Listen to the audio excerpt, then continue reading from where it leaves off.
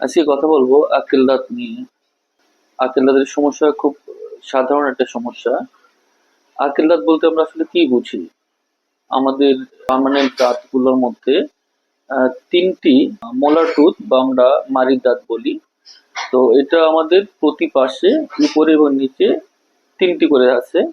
এর মধ্যে সেই ৩ নাম্বার মানে শেষ দাঁতটাকে আক্কেল দাঁত বলা হয়। আর কখন এটাকে ইমপ্যাক্টেড টুথ বলা হয়? ইমপ্যাক্টেড আক্কেল দাঁত মানে যে দাঁতটা ওঠে নাই, যেটা ওঠে নাই এবং যে দাঁতটা ওঠার কোনো সম্ভাবনা নেই। সাধারণত একটা মানুষের ১৫ বছর বয়স থেকে ২৪-২৫ বছর বয়স পর্যন্ত এই সময়টা আক্কেল দাঁত ওঠার সময়। এই সময়ের মধ্যে যদি কোনো দাঁত না ওঠে এবং আমরা এক্স-রে করে ডাক্তাররা বুঝতে পারি যে দাঁতের গোড়া যদি কমপ্লিটলি ফর্ম হয়ে যায়, সেই দাঁত আর ওঠার সম্ভাবনা থাকে না। তাহলে এই দাঁতটা যদি মাড়িতে কামড়ে না আসে, এটা যদি উপরের দাঁতের সাথে নিচের দাঁতের কামড় যদি না মিলে বা না, তখন এটা আমরা ইমপ্যাক্টেড আক্কেল দাঁত বলি। এই আক্কেল দাঁত ইমপ্যাকশন কেন হয়?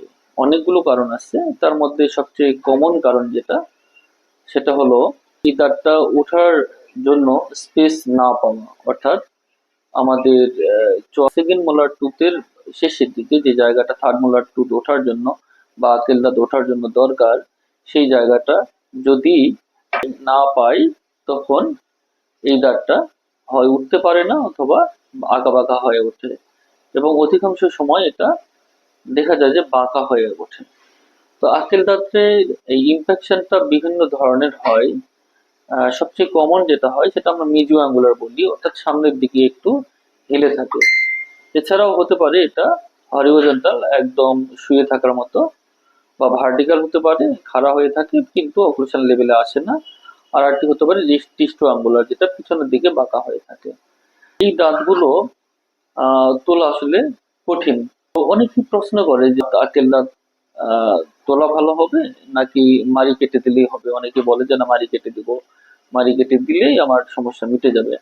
আসলে সমস্যাটা এটা ডিপেন্ড করবে, আমরা একটা পেশেন্টের ক্লিনিক্যাল এক্সামিনেশন করি এবং সেই পেশেন্টের একটা ওপিজি বা যে কোনো একটা পেরিওপিক্যাল কিউ এক্স-রে করে দাঁতটা দেখতে হয় যে এই দাঁতের পিছনে ইউজুয়ালি একটা পকেট তৈরি হয়। যদি পকেটটা তৈরি হয়ে যায়, তাহলে আসলে এই দাঁতটা রাখা মতো পর্যায়ে থাকে না, কারণ রাখলে বারবারই সেই পকেটে খাবার জমে ইনফেকশন হতে পারে।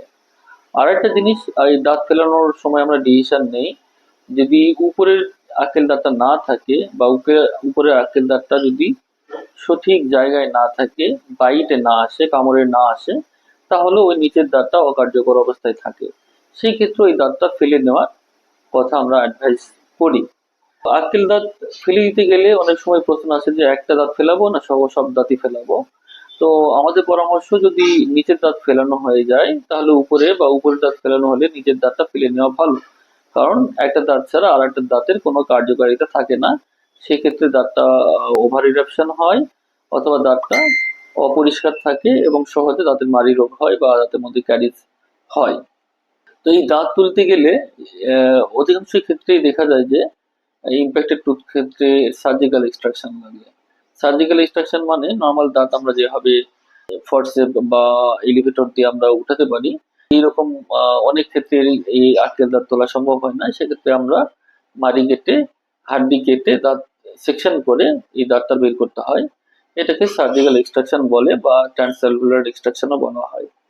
তো এই জন্য, যেহেতু এটা সার্জিক্যাল প্রসিডিউরের মধ্যে যেতে হয়, আঁচল দাঁত তোলার ক্ষেত্রে রুটিন ইনভেস্টিগেশন গুলো করে নেওয়া হয়। বয়সের কথা চিন্তা করে আমরা তাদের বা অন্যান্য কোনো অসুখ বিসুখ আছে কিনা সেই অনুযায়ী আমরা এই টেস্ট গুলো আমরা ইউজুয়ালি করতে বলি। এর মধ্যে কমনলি আমরা যেটা করি সেটা হলো পেশেন্টের সিবিসি, আরবিএস, বিটিসিটি, এবং যদি কার্ডিয়াক কোনো প্রবলেম থাকে তাকে ইসিজি অ্যাডভাইস করা হয়। এই দাঁত তুলতে কোনো জটিলতা হয় কিনা? হ্যাঁ, আঁকেল দাঁত তোলার ক্ষেত্রে এটা যেহেতু একটা সার্জিক্যাল প্রসিডিউর, অনেকগুলো জটিলতা হতে পারে। যেমন সাধারণ জটিলতা, ব্যথা হতে পারে, ব্লিডিং হতে পারে, অনেক সময় টুথ ডিসপ্লেস হয়ে যেতে পারে। ডিসপ্লেসমেন্ট হয়ে এটা সবকিছুর মধ্যে, যেমন ফ্যারেঞ্জিয়াল স্পেসে বা টেরিগয়েড স্পেসে চলে যেতে পারে স্লিপ করে। ঠিক সেরকম লিঙ্গুয়াল প্লেট, জিহ্বার দিকে যে হাড্ডির অংশটা, এটা ভেঙে যাওয়ার সম্ভাবনা থাকে। এমনকি পুরা চলও ভেঙে যাওয়ার সম্ভাবনা থাকে। পাশের দাঁত লাগছে নড়ে যাওয়া, মাড়ি বেশি ক্ষতিগ্রস্ত হয়ে যায়, ল্যাসারেশন হয়ে যাওয়া, এবং দাঁত তোলার পরবর্তীতে মুখের হা কমে যাওয়া, এটা একটা খুব কমন ঘটনা। এছাড়াও দিন পরে ব্যথা হওয়া, যেটা আমরা ড্রাই সকেট বলি, কমপ্লিকেশন, সেগুলো খুব সাধারণ কমপ্লিকেশন, এগুলো হতে পারে। তবে এই কমপ্লিকেশন গুলো সবগুলো ম্যানেজ করা সম্ভব হয়, এবং এই কমপ্লিকেশন গুলো কোনোটা অনেক বেশি বড় ধরনের কমপ্লিকেশন না, যদি সাবধানে অপারেশনটা করা যায়। আরেকটা বিষয় সেটা হলো যে ট্রিটমেন্ট জটিলতার কারণে আক্কেল দাঁত তুলবো কি তুলবো না, এরকম ডিসিশন অনেকেই দ্বিধাদ্বন্দ্বে ভোগে। এটা সিদ্ধান্ত ডাক্তারই আপনাকে সবচেয়ে বেশি ভালো পরামর্শ দিতে পারবে।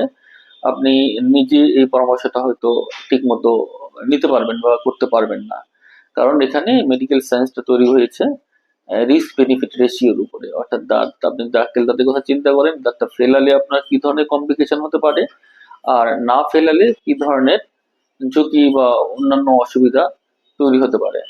এই জন্য যে দাঁত ফেলানোর জটিলতা এবং দাঁত না ফেলালে যে ঝুঁকিগুলো তৈরি হতে পারে, এগুলো চিন্তা ভাবনা করে একজন ডাক্তার আপনাকে ডিসিশন দিতে পারবে যে আপনি দাঁতটা ফেলাবেন অথবা রাখবেন।